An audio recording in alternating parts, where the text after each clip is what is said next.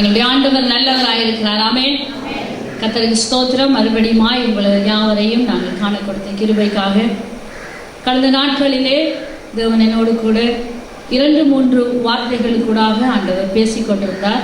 அதில் ஒரு செய்தியை இன்றைய நாளிலும் நான் உங்கள் மத்தியிலே பகிரத்தக்கதாக கர்த்தர் கிருபை செய்திருக்கிறார். நாங்கள் யாவரும் ரோமர் 12ஆம் அதிகாரம் 11ஆம் வசனத்தை நாங்கள் வாசிப்போம். அசதியாயிராமல் ஜாக்கிரதையாயிருங்கள், ஆவியிலே அனலாயிருங்கள், கர்த்தருக்கு ஊழியம் செய்யுங்கள். சொல்லுவோம். அசதியாயிராமல் ஜாக்கிரதையாயிருங்கள், ஆவியிலே அனலாயிருங்கள், கர்த்தருக்கு ஊழியம் செய்யுங்கள். நாங்கள் ஒவ்வொருவரும் ஆவியிலே அனலாயிருப்பது மிகவும் ஒரு முக்கியமான காரியமாய் இருக்கிறது. ஆமென். ஒரு கிறிஸ்தவர், இயேசு கிறிஸ்துவுடைய மகன் மகள் ஒவ்வொருவரும் நாங்கள் ஆவியில் அனலாய் இருக்க வேண்டும். எப்படி ஆவியில் அனலாய் இருப்பது? வசனத்தை தியானிப்பதிலும் ஜெபத்திலும் நாங்கள் நிலைத்திருந்து எங்களுக்குள்ளாக இருக்கிற என்ன காரியங்கள் இருந்தாலும் எங்களுக்குள் இருக்கிற வார்த்தை ஆண்டவருடைய வாசனத்தை தியானித்தலும் ஜெபத்திலும் நாங்கள் உறுதியோடு தரித்திருக்க வேண்டும். அங்கே ஒரு கட்டவிழ்க்கப்படுகிறதா இருக்கிறது. எப்படி கட்டவிழ்க்கப்படுகிறதா இருக்கிறது? நாங்கள் ஆவிக்குள்ளாக ஆவியிலே நாங்கள் பலனாய் இருப்பதனால் ஆவியானவருடைய வல்லமை எங்களுக்குள்ளாக கட்டவிழ்க்கப்படுகிறதாக. ஆரம்ப வசனத்தை நாங்கள் நினைவு கூர்வமாயிருந்தால் அதுக்கு ஒரு மொழிபெயர்ப்பு உண்டு. விடாமுயற்சியோடு ஆர்வம் மிக்க உள்ளத்தோடு கர்த்தருக்கு பணி செய்யுங்கள். ஆமென். அசதியாயிராமல் ஜாக்கிரதையாயிருங்கள், ஆவியிலே அனலாயிருங்கள், கர்த்தருக்கு ஊழியம் செய்யுங்கள். அப்ப எப்படி இருக்க வேணும்? விடாமுயற்சியோடு ஆர்வம் மிக்க உள்ளத்தோடு ஆண்டவருக்கு பணிபுரியுங்கள். இது மிகவும் முக்கியமானது காரியம். தேவனுடைய சமூகத்திலே ஆண்டவருடைய எங்களுடைய ஒவ்வொருவருடைய வாழ்க்கையிலும் ஒரு விடாமுயற்சியோடு நாங்கள் ஜெபத்து கூடாகவும் தேவனுடைய வார்த்தை கூடாகவும் அதை தியானிப்பது கூடாகவும் கர்த்தரோடு உள்ள ஐக்கியத்தை நாங்கள் ஒவ்வொரு நாளும் பேண வேணும். ஆமென். கர்த்தரோடு உள்ள ஐக்கியத்தை நாங்கள் எப்படி பேண வேணும்? ஒரு விடாமுயற்சியோடு அதை விட்டு கொடுக்க கூடாது. ஆவியிலே அனலாய் இருக்கிறதுக்கு நாங்கள் விட்டு கொடுக்க கூடாது, அதை மறக்க கூடாது. ஜெபத்திலே நாங்கள் தரித்திருக்க வேண்டும். தேவனோடு நாங்கள் ஐக்கியமாய் இருக்க வேண்டும்.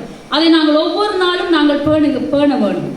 தியானிப்பது, தேவனுடைய வார்த்தையை தியானிப்பது. இந்த தியானிப்பது எங்கள் வாழ்க்கையிலே எங்கள் ஆவிக்குள்ளாக தேவனுடைய வார்த்தையை எங்களுடைய ஆவியிலே தேவனுடைய வசனத்தை நாங்கள் கலக்கிறோம்.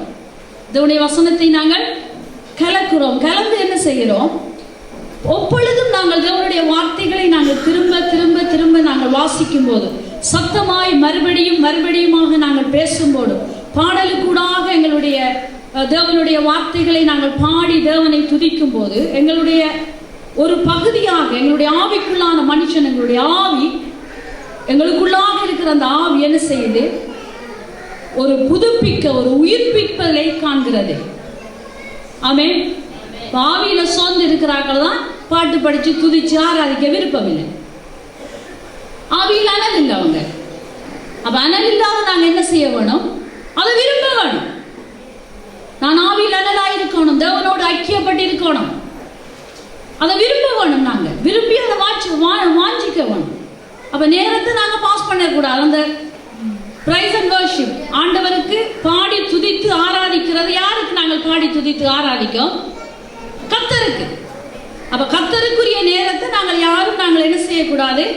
அசட்டை பண்ணக்கூடாது. அப்ப எங்களுடைய ஆவியை உயிர்ப்பிக்கும். அப்பொழுது எங்களுடைய வாழ்க்கையிலே அதி மகிமையான காரியங்கள் வெளிப்படும். எப்படி வெளிப்படும்? எங்களுக்குள்ளாக அதி மகிமையான காரியங்கள் எங்களுக்கு வெளிப்படுவதா இருக்கிறபடியால் நாங்கள் மிகவும் ஜெபிக்கிறவர்களாய், ஜெபம் ஆவிக்கு மிகவும் முக்கியமாய் இருக்கிறது. அனலா இருக்கும்போது என்ன செய்வோம்? நாங்கள் ஜெபித்திருப்போம். அனலா இருந்து ஜாக்கிரதையா இருக்கிற ஆவியிலே அனலா இருக்கிறவர்கள் எப்படி செய்வார்கள்? கர்த்தருக்கு ஊழியம் செய்வார்கள். கர்த்தருக்கு ஊழியம் செய்வார்கள். அப்ப நாங்கள் எப்பொழுதும் அந்த வார்த்தை கூடாகவும் தேவனுடைய தியானத்துக்கூடாகவும் தேவன் மறுபடியுமாக வார்த்தைகளை சொல்வதற்கூடாகவும் தேவனோடு உள்ள ஐக்கியத்திலே நாங்கள் முக்கியமாக தேவனோடு கூட நாங்கள் இருக்கும்போது நாங்கள் ஜெபத்தில் நாங்கள் பதிலை பெறுகிறோம். ஆமென்.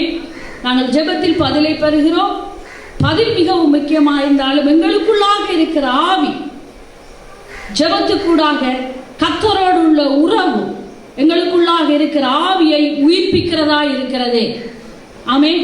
அப்ப ஜெபிக்கும் ஒவ்வொரு நேரத்திலும் நாங்கள் எப்பெல்லாம் நாங்கள் ஜெபிக்கிறோமோ, எந்த நேரமெல்லாம் நாங்கள் ஜெபிக்கிறோமோ, எங்களுக்குள்ளாக ஒவ்வொரு நேரமும் எங்களுக்குள்ளாக இருக்கிற ஆவியானது அதிக மகிமையினால் நிறைந்திருக்கிறது. நாங்கள் ஆவியிலே நிறைந்து தேவனோடு கூட நாங்கள் பேசி நாங்கள் ஜெபிக்க வேண்டும். நிறைந்து அந்த மகிமை எங்களுடைய உள்ளான மனிதனில் தங்கிவிடும்.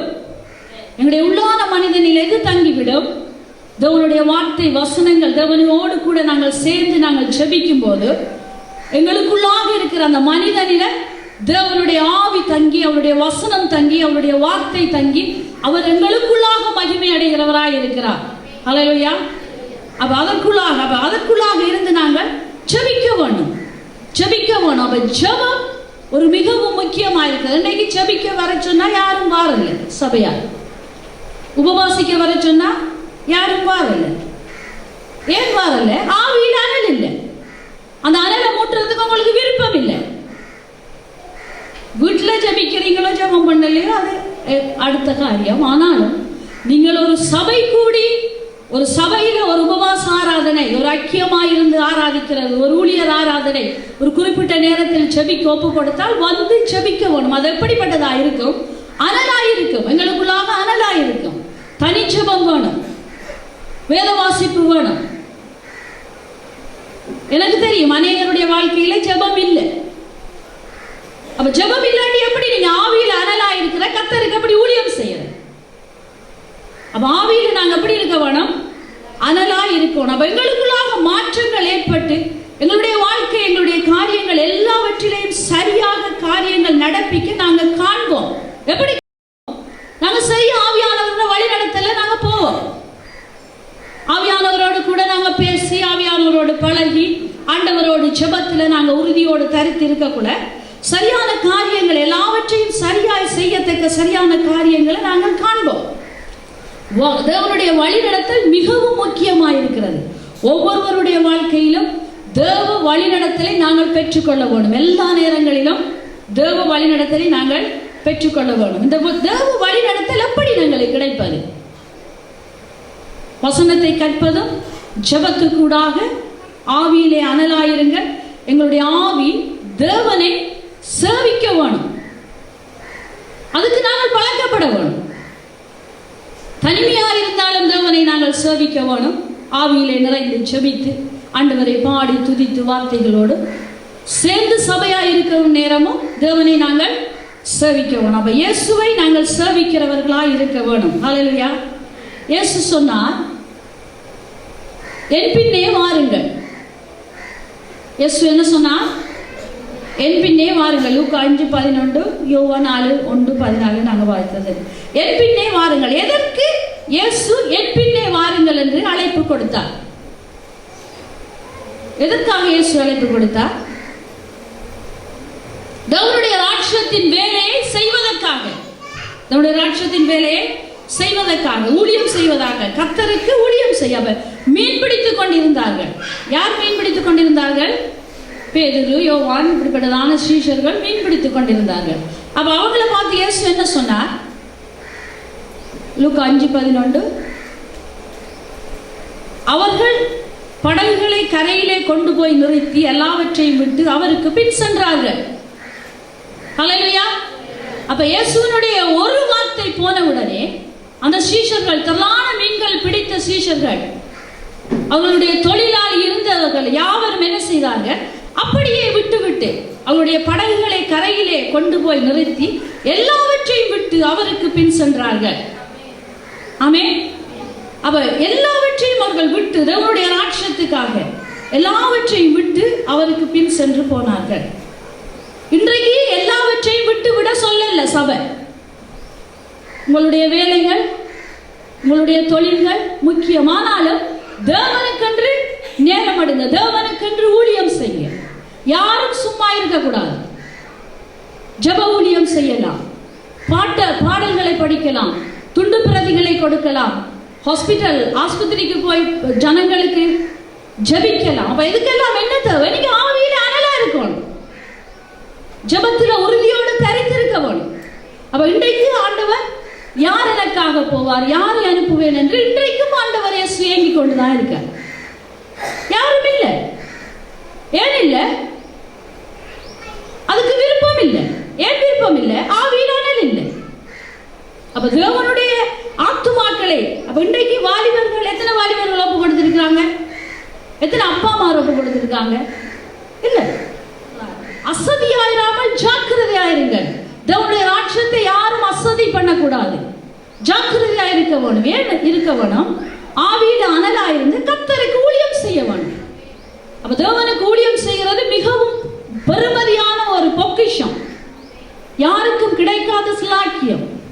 அப்ப ஊழியம் என்று சொல்லக்குள்ள பல வகையான ஊழியங்கள் இருக்கு. இந்த ஊழியத்தை அசட்டையாய் பண்ணக்கூடாது, அசட்டையாய் எடுக்கக்கூடாது, ஏனோ தானே ஒன்று கொடுக்க கூடாது. அப்ப குடும்பங்கள் ஒப்பு கொடுக்க வேணும். ஆத்துமாக்களை பிடிக்கிறவர்களாக தேவன் எங்களை மாற்றுகிறார்.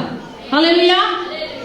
அப்ப உங்களுக்கு போய்தான் ஆத்துமாக்களை பிடிக்க இல்லாட்டி ஆத்துமாக்களுக்காக இருந்து பரிந்து ஜெபிக்க முடியும், பரிந்து ஜெபிக்க முடியும். எப்படி ஜெபிக்கலாம்? ஆண்டவரே ஆத்துமாக்கள் ஆதாயப்படுத்த வேணும். சுவிசேஷ கூட்டங்கள் நடைபெற போகிறது. நாங்கள் இரவும் ஒரு குறிப்பிட்ட கொஞ்சம் பேர் நாங்கள் சேர்ந்து ஜெபித்தோம். அப்ப எங்களுடைய ஜெபங்கள் மிகவும் முக்கியமாயிருக்கிறது. ஏன் முக்கியமாயிருக்கிறது? தேவனுடைய மனுஷர்கள் நின்று ஊழியம் செய்யத்தக்கதாக ஏன் ஜெபக்குழுக்கள் தேவை? பரிந்து பேசி நாங்கள் ஜெபிக்கிறோம். அது ஒரு பகுதி எங்களுடைய வாழ்க்கையில். அப்ப இயேசு சொன்னார். அப்ப இயேசு என்ன செய்கிறார்? சபையை பார்த்து தான் சொல்றார். இன்றைக்கு சீஷர்களை பார்த்து ஆண்டவர் சொன்னார். அப்ப சபையை பார்த்து இயேசு என்ன சொல்றார்? இயேசு மரித்து 3ஆம் நாள் பிதாவிடத்தில் போகும் முன்பு ஒரு காரியத்தை சபைக்கு ஆண்டவர் போடினார். என்ன சொன்னார்? மார்க்கு புத்தகம் 16ஆம் அதிகாரம் கடைசி வசனம், மார்க்கு 16, 15, 16. பின்பு அவர்களை நோக்கி, நீங்கள் உலகெங்கும் போய் சர்வ சிருஷ்டிப்புக்கும் சுவிசேஷத்தை பிரசங்கிங்கள். விசுவாசம் உள்ளவர்களாய் ஞானஸ்நானம் பெற்றவன் ரட்சிக்கப்படுவான், விசுவாசியாதவனே ஆக்கினைக்குள்ளாக தீர்க்கப்படுவான். விசுவாசிகளால் நடக்கும் அடையாளங்களாமல என் நாமத்தினாலே பிசாசுகளை துரத்துவார்கள், நவமான பாஷைகளை பேசுவார்கள், சர்ப்பங்களை எடுப்பார்கள், சாவுக்கு ஏதுவான யாதொன்றை குடித்தாலும் அவர்களை சேதப்படுத்தாது, வியாஸ்தன் மேல் கைகளை வைப்பார்கள், அப்பொழுது அவர்கள் சொஸ்தம் அடைவார்கள். ஆமென். அப்ப வியாஸ்தன் மேல் கரங்களை வைப்பார்கள், அப்பொழுது அவர்கள் சொஸ்தம் அடைவார்கள். இப்படியாக ஆண்டவர் பேசி அவர்கள் புறப்பட்டு போய் எங்கும் பிரசங்கம் பண்ணினார்கள். 20ஆம் வசனம்.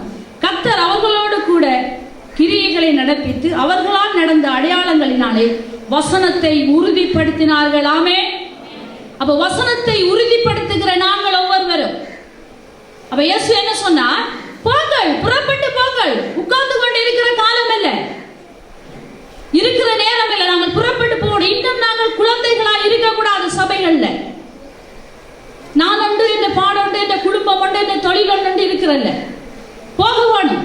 ஒரு மனுஷனுக்காவது, 2 மனுஷனுக்காவது, 2 குடும்பங்களுக்காவது தேவனுடைய ராஜ்யத்தை பற்றி சுவிசேஷத்தை சொல்ல வேணும். ஆமென். அப்ப இது எப்படியாகும்? காலம் இனி செல்லாது. இயேசு கிறிஸ்துவின் வருகை மிகவும் சீக்கிரமாக இருக்கிறது.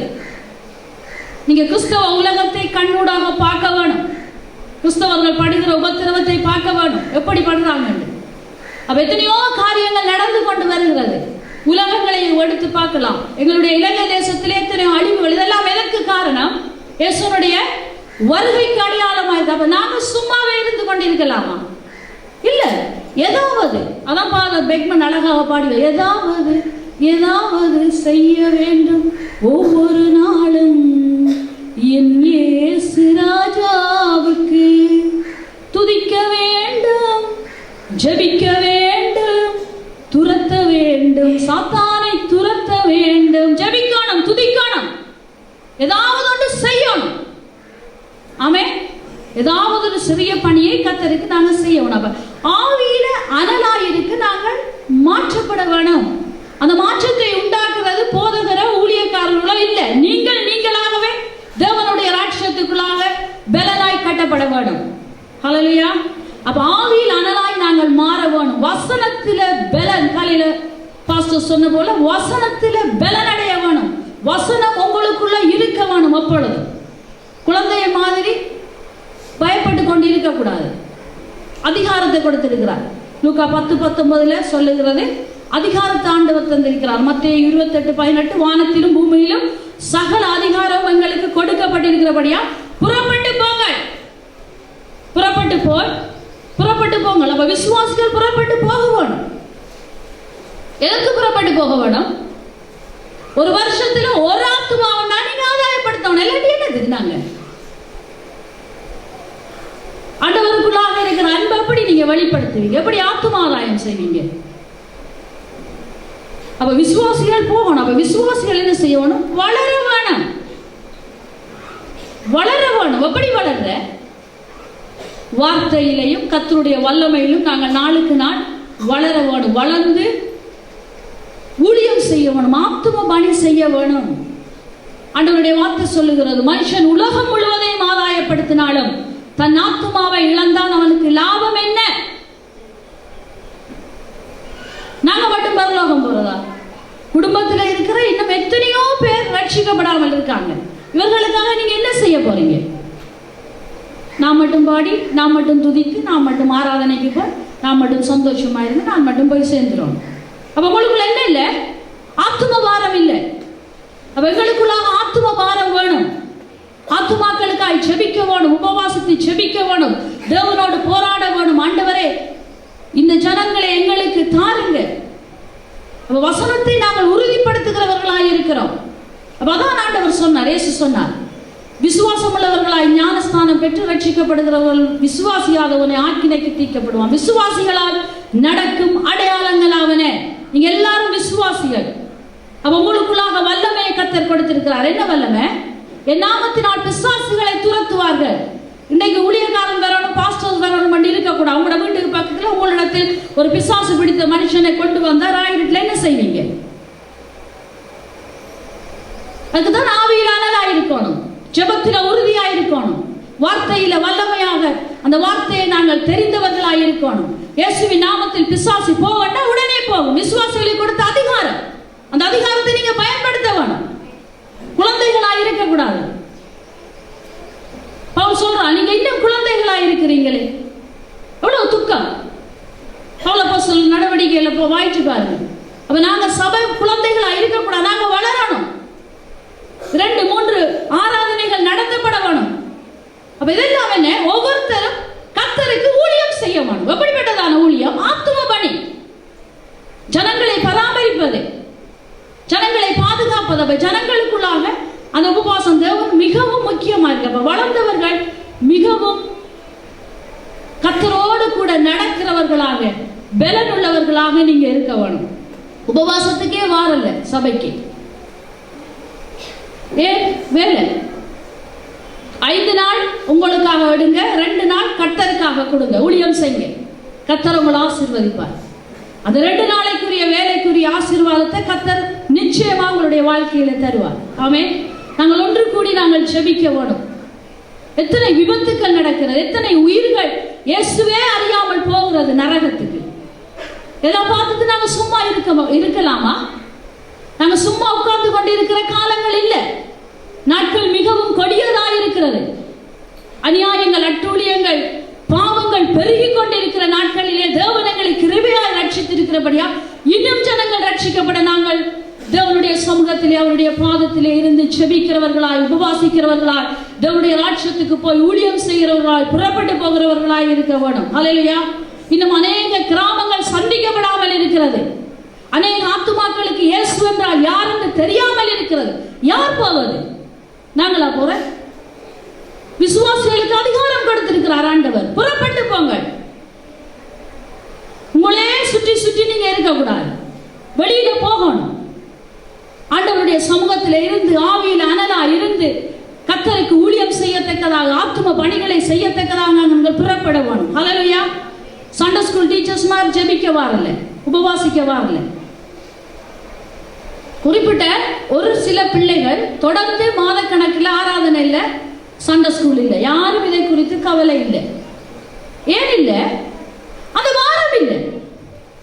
ஒவ்வொரு விசுவாசிகளை குறித்து ஒவ்வொரு விசுவாசிக்கு பாரம் இருக்கணும். ஒவ்வொரு சிறு பிள்ளைகளை குறித்து வளர்ந்தவர்களுக்கு பாரம் இருக்கணும், குடும்பஸ்தருக்கு பாரம் இருக்கணும், ஊழியர்களுக்கு பாரம் இருக்கணும், எங்களுக்கு பாரம் இருக்கு. அப்ப காணாமல் போன ஆட்டை தான் இயேசு தேடி போய் கண்டுபிடிச்சான். அது மேய்ப்பெண்ட வேலை, மேய்ப்பெண் பார்த்துக்கொள்ள இல்லை, மேய்ப்பெண்ட வேலை. ஆனா எதுக்கு நீங்க இருக்கீங்க? உங்களுக்கும் அந்த பொறுப்பு இருக்கு. அப்ப உங்களுக்கும் அந்த பொறுப்பு இருக்கிறபடியால் என்ன சொல்லுறீங்க? நீங்க போக வேணும். அல்லேலூயா. மோசே தன் கைகளை ஏறெடுக்கையில் இஸ்ரவேலர் மேற்கொண்டார்கள். அவன் தன் கைகளை தாழ விடுகையில் அமலேக்கியர் மேற்கொண்டார்கள். 17-11 யாத்திராகமம். அடுத்ததை வாசிக்கிறேன், கவனிங்க. மோசேயின் கைகள் அசந்து போயிற்று. அப்பொழுது அவர்கள் ஒரு கல்லை கொண்டு வந்து அவன் கீழே வைத்தார்கள், அதன் மேல் உட்கார்ந்தான்.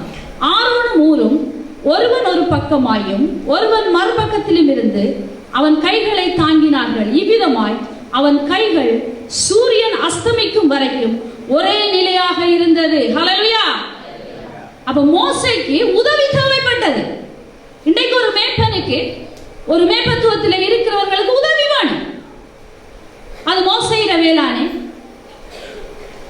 அவர் கையை உயர்த்தி திரிக்கணும், அவருக்கு தானே அதிகார கோல் இருக்கு, அவர் செய்யட்டும். அப்படியா இருந்தாங்க? இல்ல. ஆரோனும் ஊரும் என்ன செய்தாங்க? அவங்க பார்த்து கொண்டிருக்காங்க. மோசேயினுடைய கைகள் தளர்ந்து போக்குள்ள அமலேக்கியர் மேற்கொண்டார்கள். மோசேயினுடைய கைகள் உயரும் போது இஸ்ரவேலர் மேற்கொண்டு. அப்ப இவங்க யோசிக்காங்க, நாங்க என்ன செய்யலாம்? உடனே உதவி செய்தார்கள். இன்னைக்கு பார்த்து கொண்டிருக்கிறார், அவர் போய் செய்யட்டும், இவன் போய் செய்யட்டும், நான் போக மாட்டேன். இதெல்லாம் என்ன? இல்ல தேவனுடைய ராஜ்யத்தை நீங்க எப்படி புரிந்து வைத்திருக்கிறீங்க? மோசேக்கு அதிகாரம் இருந்தது, அதிகாரத்தின் கோல் இருந்தது, ஆனாலும் உதவி செய்தார்கள். இன்றைக்கு சபையில மேய்ப்பனுக்கு அதிகாரம் இருக்கு, உதவிக்கு தான் எல்லாரும் ஆண்டவர் கொடுத்திருக்கிறார். அப்ப உதவிக்கு இருக்கிறவர்கள் என்ன செய்யணும்? கையை கட்டிட்டு இருக்க கூடாது. அவங்க கையை கட்டிட்டு இருந்தாலே இஸ்ரவேலர் வெற்றி அடைந்திருப்பாங்களா? இல்ல. என்ன செய்தாங்க? ஒருவர் ஒரு கல்லை கொண்டு இருத்தா, ஒரு கல்லுல அவரை உட்கார வைத்துட்டு ஒரு கையை ஆரோன் உயர்த்தினார், ஒரு கையை யார் உயர்த்தினார்? ஒரு கையை ஆரோன் உயர்த்தினார், ஒரு கையை ஊர் உயர்த்தினார். யாருக்கு வெற்றி கிடைத்தது? இஸ்ரவேலருக்கு வெற்றி கிடைத்தது. அமலேக்கியர் தோற்கடிக்கப்ப. இன்றைக்கு மேய்ப்பனோடு சேர்ந்து நீங்கள் உதவி செய்யும் போது பிசாசு தோற்கடிக்கப்படுகிறான்.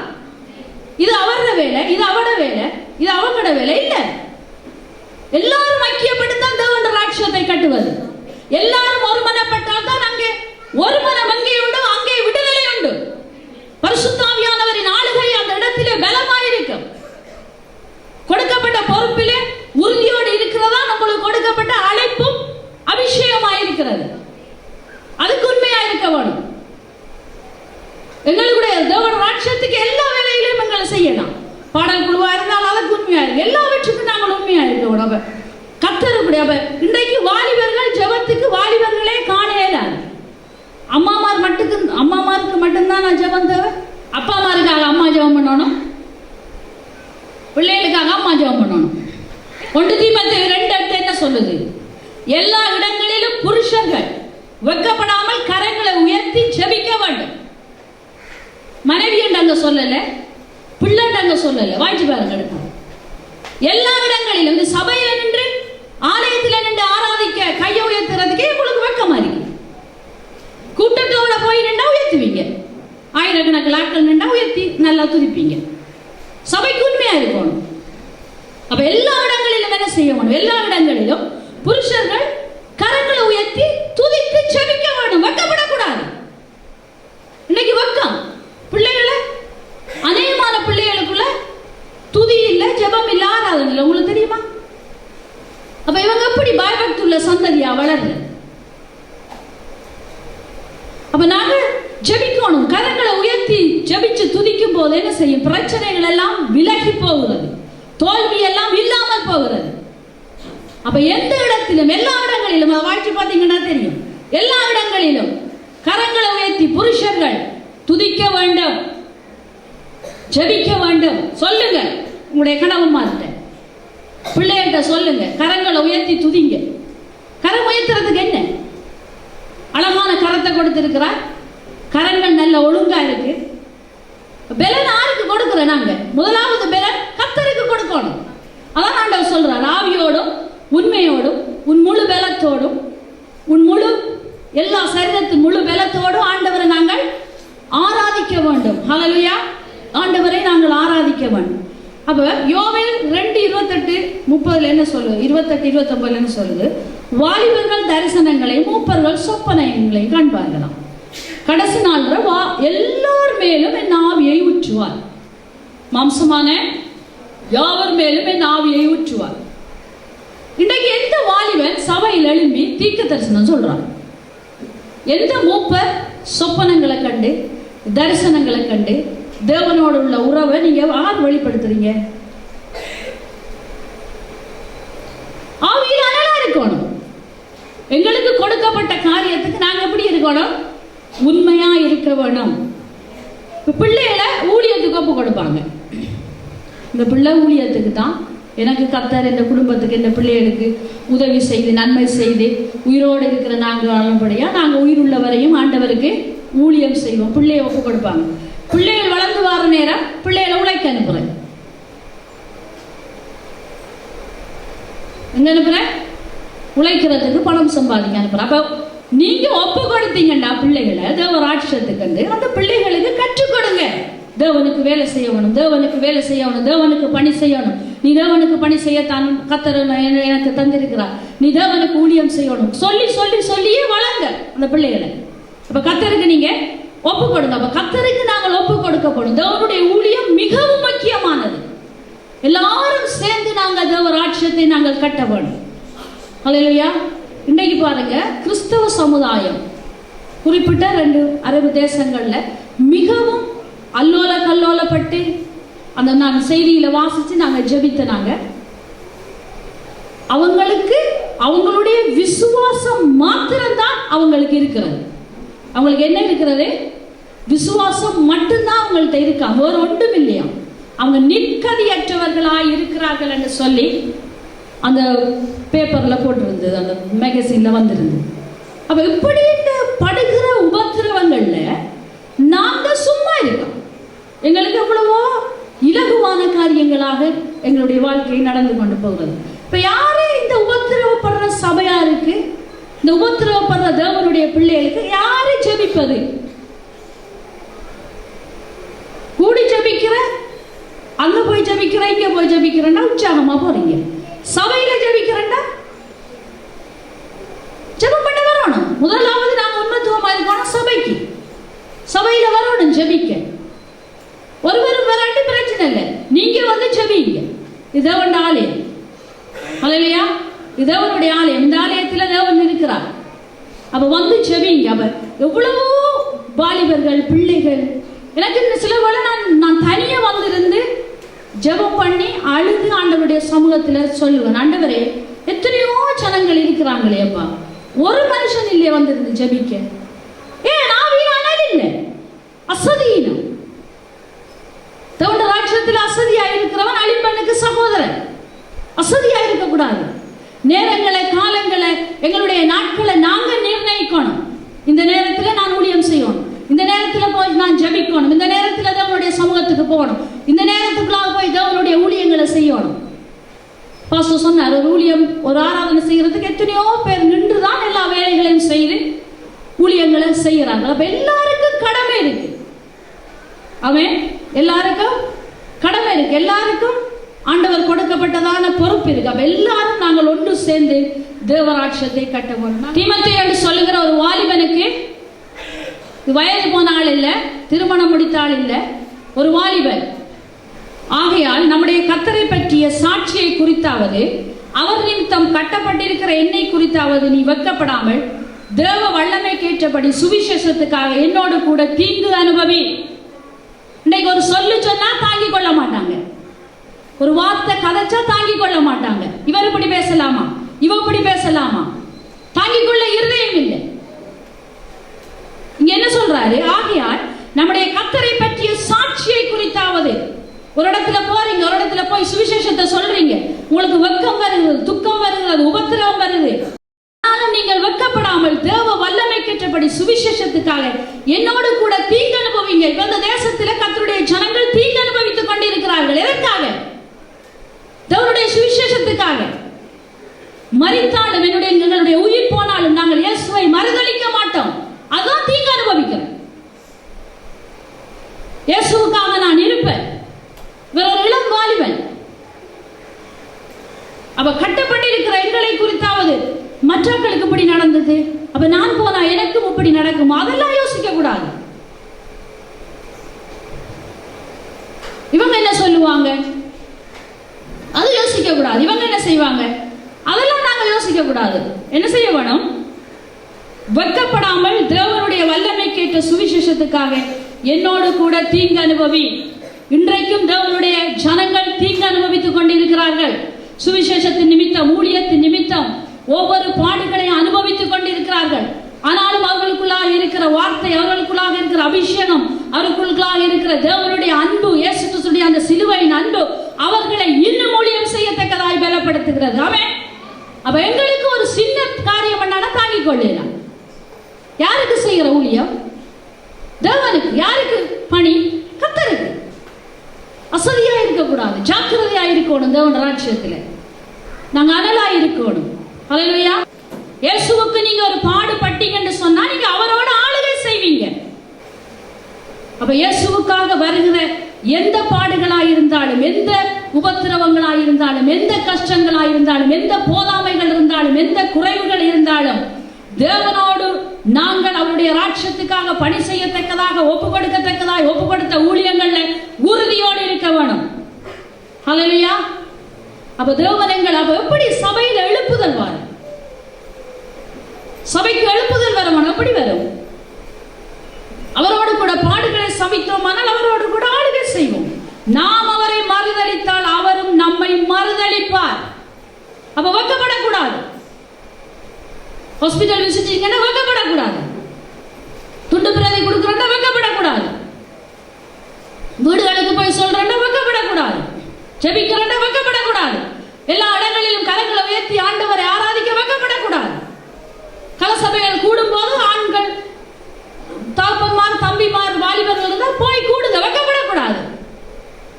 சாதாரணமா எடுக்கக்கூடாது தேவராட்சியத்தை, ஊழியத்தை. அப்ப ஆதி திருச்சபையார் எப்படி இருந்தாங்க? எவ்வளவு துன்பப்பட்டாங்க, எவ்வளவு துயரப்பட்டாங்க, வீடுகளை அடைத்துக் கொண்டிருந்தார்கள். அவர்கள் என்ன செய்தார்கள்? அவர்கள் கூடி அப்போஸ்தலர் 2:42-47 வரை வாசிப்பீங்கன்னா, அவர்கள் எல்லாரும் ஒருமனப்பட்டவர்களாய் அந்யோன்யத்திலும் அப்பம் பிக்கிறதிலும் சபை கூடுதலிலும் ஒருமனாய் இருந்து அனுதினமும் தேவாலயத்தில் தேவனை ஆராதித்துக் கொண்டிருந்தார்கள். அப்பொழுது கர்த்தர் அனுதினமும் விசுவாசிக்கிறவர்களை சபையிலே சேர்த்துக் கொண்டு வந்தார். ஹல்லேலூயா. அப்ப ஐக்கியம் முக்கியம். ஐக்கியப்படணும். ஒரு பரிசுத்த ஓய்வு நாள் என்றால் அதுக்குள்ள பயம் இருக்க வேணும். குடும்பத்தோட கர்த்தருடைய சமூகத்துக்கு வர வேணும். அப்ப தேவனுக்குள்ளாக நாங்கள் ஐக்கியப்பட வேணும், ஜெபிக்க வேணும். தேவனுடைய ராஜ்யம், தேவனுடைய வேலைகளை குறித்து பாரம் வர வேணும். ஆத்தும பாரம் வேணும். தொடர்ந்து ஒரு குடும்பம் சபைக்கு இல்லாட்டி அந்த பாரம் வர வேணும். ஜெபிக்கணும். ஒரு தொடர்ந்து ஒரு பிள்ளை சண்டே ஸ்கூல் அட்டெண்ட் பண்ணாட்டி அந்த பிள்ளைக்காக நாங்க பாரப்பட வேணும். ஜெபிக்கணும். வாலிபர் கூட்டம் பண்ணா சொல்லி சொல்லி நித்தாட்டணும். நில்லுங்க நில்லுங்க. என்ன பாரம் இல்லை. வாலிபர்களுக்குள்ள அந்த பாரம் இருக்கணும், விருப்பம் இருக்கணும். ஓ இன்னைக்கு வாலிபாராவது நாங்க வாலிபர் கூட்டம் செய்யணும். நாங்க கூப்பிட்டு அந்த இந்த கேட் எடுத்தாண்டி அதை தாண்டிடுவாங்க. அப்படி இருக்கக்கூடாது. போன வாரம் பாஸ்டர் இந்த ஊழியங்களுக்கு ஆரம்பிச்ச நான் நின்றுதான் ஒவ்வொரு ஆட்களா இழுத்தெடுத்து. அப்படி இல்லை. என்ன பாரம் இல்லை, விருப்பம் இல்லை உங்களுக்கு. அப்ப கூட உற்சாகமா இருக்க கூடாது. கர்த்தருக்கு ஊழியம் செய்வதில் நாங்க என்ன செய்யக்கூடாது? அசதியா இருக்கக்கூடாது. எப்படி இருக்கக்கூடாது? அப்ப ஆத்தும பணியை நாங்க செய்யணும். ஒரு மேய்ப்பனங்களுக்கு இருக்கிறார், அவருக்கு கீழே நாங்க பணி செய்கிறோம். எங்களுக்கு பிரதான மேய்ப்பனாக இயேசு கிறிஸ்து எங்களோடு கூட இருக்கிறார். அவருக்கு அதிகாரம் கொடுக்கப்படுகிறது. அப்ப எங்களுக்குள்ளாக எப்பொழுதும் பரிசுத்த ஆவியானவர் இருக்கிறார். ஹல்லேலூயா. அப்ப பரிசுத்த ஆவியானவரின் பலத்தோடு, அப்ப பரிசுத்த ஆவியானவர் எங்கள் வாழ்க்கையிலே ஊற்றப்பட்டிருக்கிறபடியால் ஒரு ஒப்பு கொடுக்கிறது இலகுவாக இருக்கும். உங்களுக்குள்ளாக பரிசுத்த ஆவியின் அனல் இருக்கு, பரிசுத்த ஆவி ஊற்றப்பட்டிருக்கு, அந்த வல்லமை இருந்தா ஒப்பு கொடுக்கிறது இலகுவா இருக்கும் உங்களுக்கு. நீங்க ஒருமனே இருந்தாலும் உங்களுக்கு ஒன்றும் செய்ய முடியாது. ஏன் எங்களை வழி நடத்துறது யாரு? பரிசுத்த ஆவியானவர். எங்களை பலப்படுத்துகிறாரு பரிசுத்த ஆவியானவர். அந்த பரிசுத்த ஆவியானவர் அப்ப ஒப்பு கொடுக்கிறது மிகவும். அப்ப இயேசு கிறிஸ்துடைய வருகை மட்டும் சபையோடு நாங்கள் நின்று கர்த்தருக்கு நாங்கள் ஊழியம் செய்ய வேணும். அல்லேலூயா. அப்ப கீழ்ப்படுகிறது முக்கியம். அதான் ஆண்டவர் சொல்றாரு, நாட்கள் பொல்லாதவைகளாய் இருக்கிறபடியால் காலத்தை பிரயோஜனப்படுத்திக் கொள்ளுங்கள். நாட்கள் பொல்லாதது. இந்த வருஷம் தொடர்ந்து 3வது மாதத்தை வெற்றியோடு நாங்கள் முடிக்க போறோம். இந்த 3 மாதத்துக்கு ஒரு ஆத்துமா நீங்க ஆதாயப்படுத்திருக்கீங்களா? ஒரு நாள் நீங்க உபவாசம் இருந்து ஜெபிச்சிருக்கீங்களா? சபை கூடுதலுக்கு இந்த 3 மாதம் ஒழுங்கா வந்திருக்கீங்களா? கலசபைக்கு ஒழுங்கா இருந்திருக்கீங்களா? தேவனுடைய ராஜ்யத்துக்கு நாங்க எங்களை கர்த்தர் ஏன் தெரிந்து கொண்டார்? நான் யாரு? நாங்க எப்படிப்பட்டார்கள்? கர்த்தர் எங்கள் மேல் அன்பு கூர்ந்தார். அல்லேலூயா. அப்ப ரோமர் 12:11 பாப்பீங்கன்னா அதுக்கு 10வது வசனத்தை 9வது வசனம் இருந்து நான் பார்க்கிறேன். உங்கள் அன்பு மாயமற்றதா இருப்பதாக தீமையை வெறுத்து நன்மையை பற்றி கொண்டிருங்கள். அப்ப கர்த்தருடைய பிள்ளைகளுக்கு நிறைய குணாதிசயங்கள் வேணும். எங்களுக்குள்ளாக ஆவி கனி வெளிப்பட வேணும். ஆண்டவருடைய ஆவியின் கனிகள் வெளிப்பட்டு தேவனுடைய ஆவிக்குள் நாங்கள் அனலாயிருந்து ஜெபத்திலே தரித்திருந்து உபவாசத்திலும் கண்விழிப்பிலும் தேவராட்சத்துக்காக நாங்கள் பிரயாசப்பட்டு பாடுபட்டு தேவராட்சத்தின் பிள்ளைகளை ஒன்று சேர்த்து தேவனோடு கூட இருக்கும் போது எங்களுக்குள்ளாக இருக்கிற அன்பு மாயமற்ற தீமையை நாங்கள் வெறுத்து விட வேணும். நன்மையை பற்றி கொண்டு சகோதர சிநேகத்திலே ஒருவர் மேல் ஒருவர் பட்சமாயிருங்கள். கனம் பண்ணுகிறதிலே ஒருவருக்கொருவர் முந்திக் கொள்ளுங்கள். ஆமென். சகோதர சிநேகமாயிருக்கணும், கனம் பண்ணணும். பாஸ்டர் வரலாட்டு நீங்க என்ன கோவிக்க கூடாது. நீங்க எல்லாரும் வளர்ந்த நீங்க. ஆமென். அப்ப வளர்ந்து நீங்க என்ன செய்யணும்? ஒருத்தர் சகோதர சிநேகத்துவமா இருந்து நீங்க அன்பா இருந்து சகோதரர்களோட ஒன்று சேர்ந்து ஒருத்தர் கனம் பண்ணி முந்திக் கொள்ளணும். சின்னாள் பெரியாள் என்று இல்லை, எல்லாரும் என்ன செய்யணும்? ஒருவர் கனம் பண்ணணும்.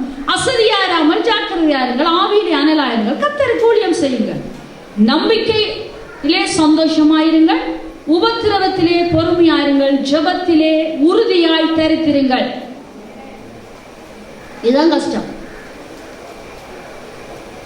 நம்பிக்கையில சந்தோஷமா இருக்கணும், உபத்திரவத்துல பொறுமையா இருக்கணும். உபத்திரவத்தை கண்டு ஓடி போயிருந்தா இன்றைக்கு நாங்கள் இருப்போமா?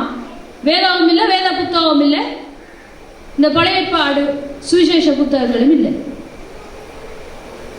முழுமையாக தங்களை ஒப்பு கொடுத்தார். தீமோத்தேயு ஒரு வாலிபன். எத்தனை வாலிபர்கள் ஒப்பு கொடுத்தார்கள்? எத்தனை குடும்பங்கள் ஒப்பு கொடுத்தார்கள்?